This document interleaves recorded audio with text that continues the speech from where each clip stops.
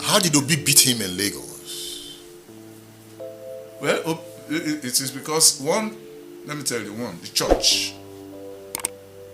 The Yorubas who voted for Obi were told by the Christians, they are Christian leaders, to vote for Obi. So Yoruba Christian leaders supported Obi. He couldn't hide it. They supported him. But Redeem did not support Obi, right? Redeem? Adeboye. Adeboye didn't come out with whether he supported him or not. He didn't come out. Did you hear him say support Asiwaju during the elections? So what do you think? I don't know. I think that he probably supported him, but didn't come out to say it. He probably supported Asiwaju? I think so. Okay. But he didn't come out to say it, and he couldn't come out to persuade his people to vote for him, to say it. So because the redeemed churches, they are scattered everywhere. They have their own local leaders. You might have not heard from him. Would anybody have told you Obi was going to beat Tinubu in Lagos? That would have been difficult to understand.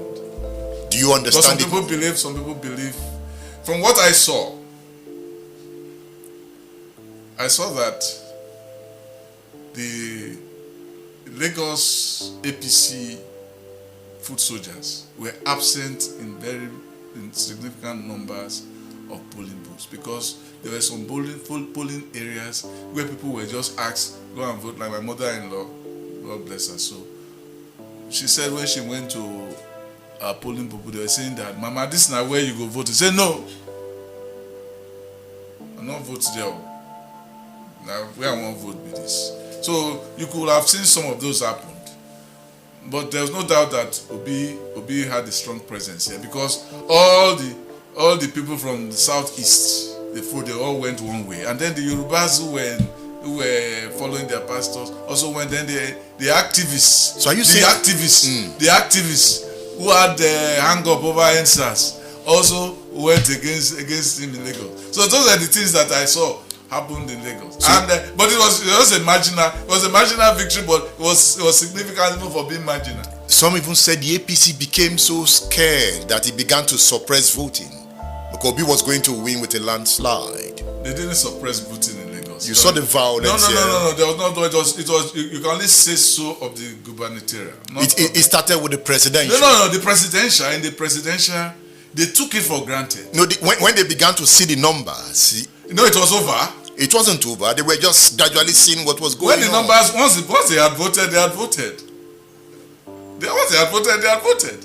It was too late for anybody to reverse anything, because by the time they knew, voting was already over. That things were not going to be so easy. Voting was already over for most of it. So has Tinubu learned any lesson from what Obi did in Lagos? You have to ask him. Have you learned any lesson? Well, you don't take anything for granted in election. Because that is one thing with Tinubu, it doesn't take place for granted. I think that some of his foot soldiers didn't do their work. Because at the beginning of the election, I asked him that whether he had mapped out any battlegrounds, any areas that he decided would be a battleground. He said, every state is a battleground. Quote and unquote. That's what he told me. He said, every state is a battleground. So he was not one to take any state for granted. So he took Lagos State for granted? He didn't. Some of his people might have done it. He was not happy about it. And he expressed it openly. Yes. He wasn't happy? He wasn't happy. One thing that most of Bola Ahmed Tinubu's foot soldiers, his supporters, his handlers don't want to admit is the fact that Tinubu was taught a political lesson in 2023 presidential election. The 2023 presidential election reveals that Bola Ahmed Tinubu is not as popular, does not have that national appeal as they painted him to be. Tinubu's nickname is called Jagaban, and Jagaban is a Yoruba word which means kingmaker.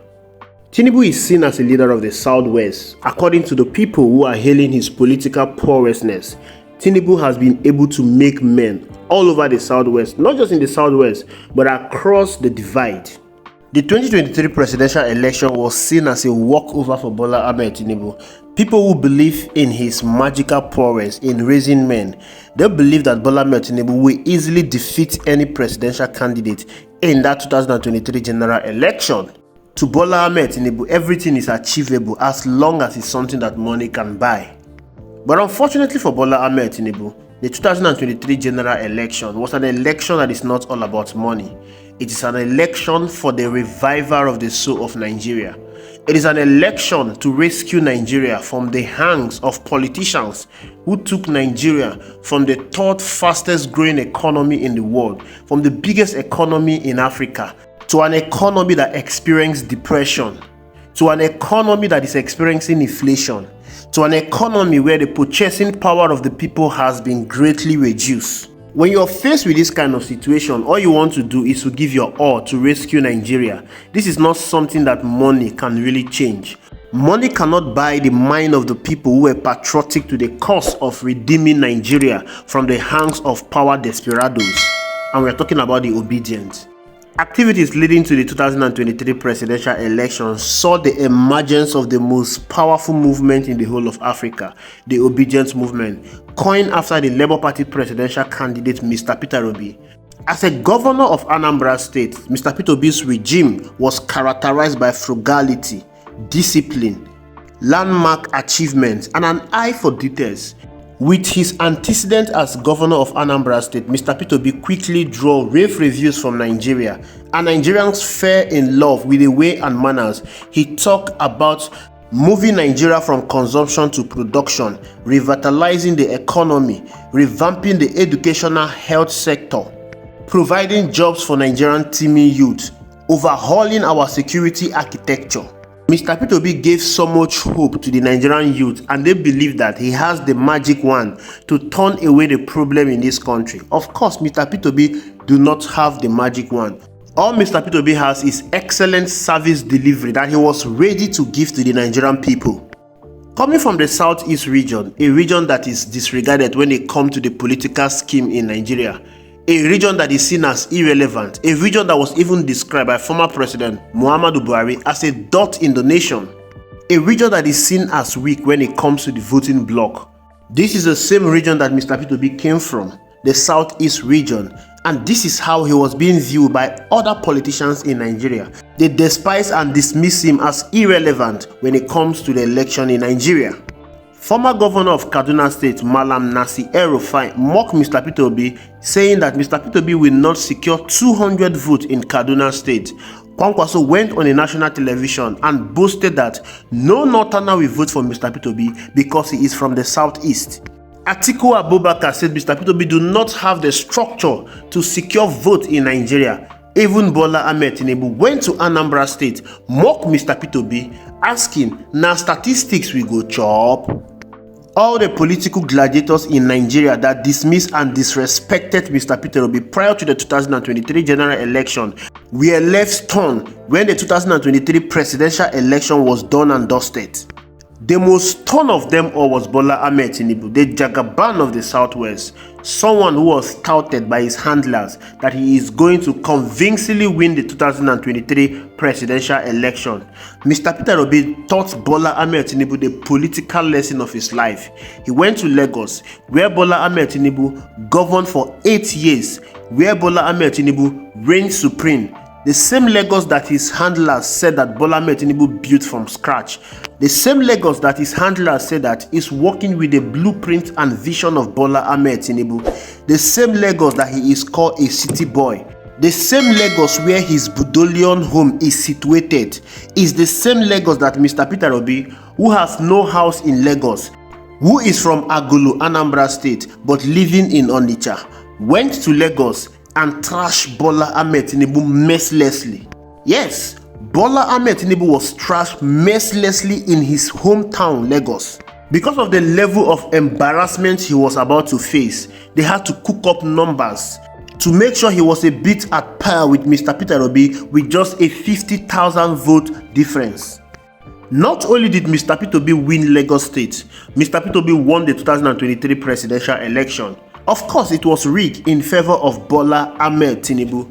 Sam Omatseye is one of Bola Ahmed Tinubu's foot soldiers that do not want to admit openly that Mr. P2B embarrassed, disgraced, and taught Bola Ahmed Tinubu the political lesson of his life in the 2023 presidential election.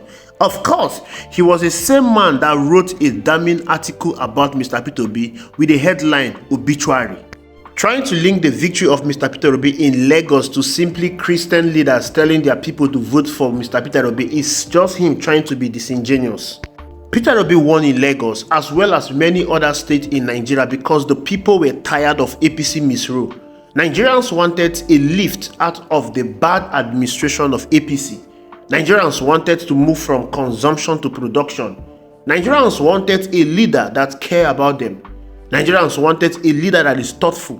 Nigerians wanted a leader that is going to rejig the economy. Nigerians wanted a leader that will revamp the education and health sector.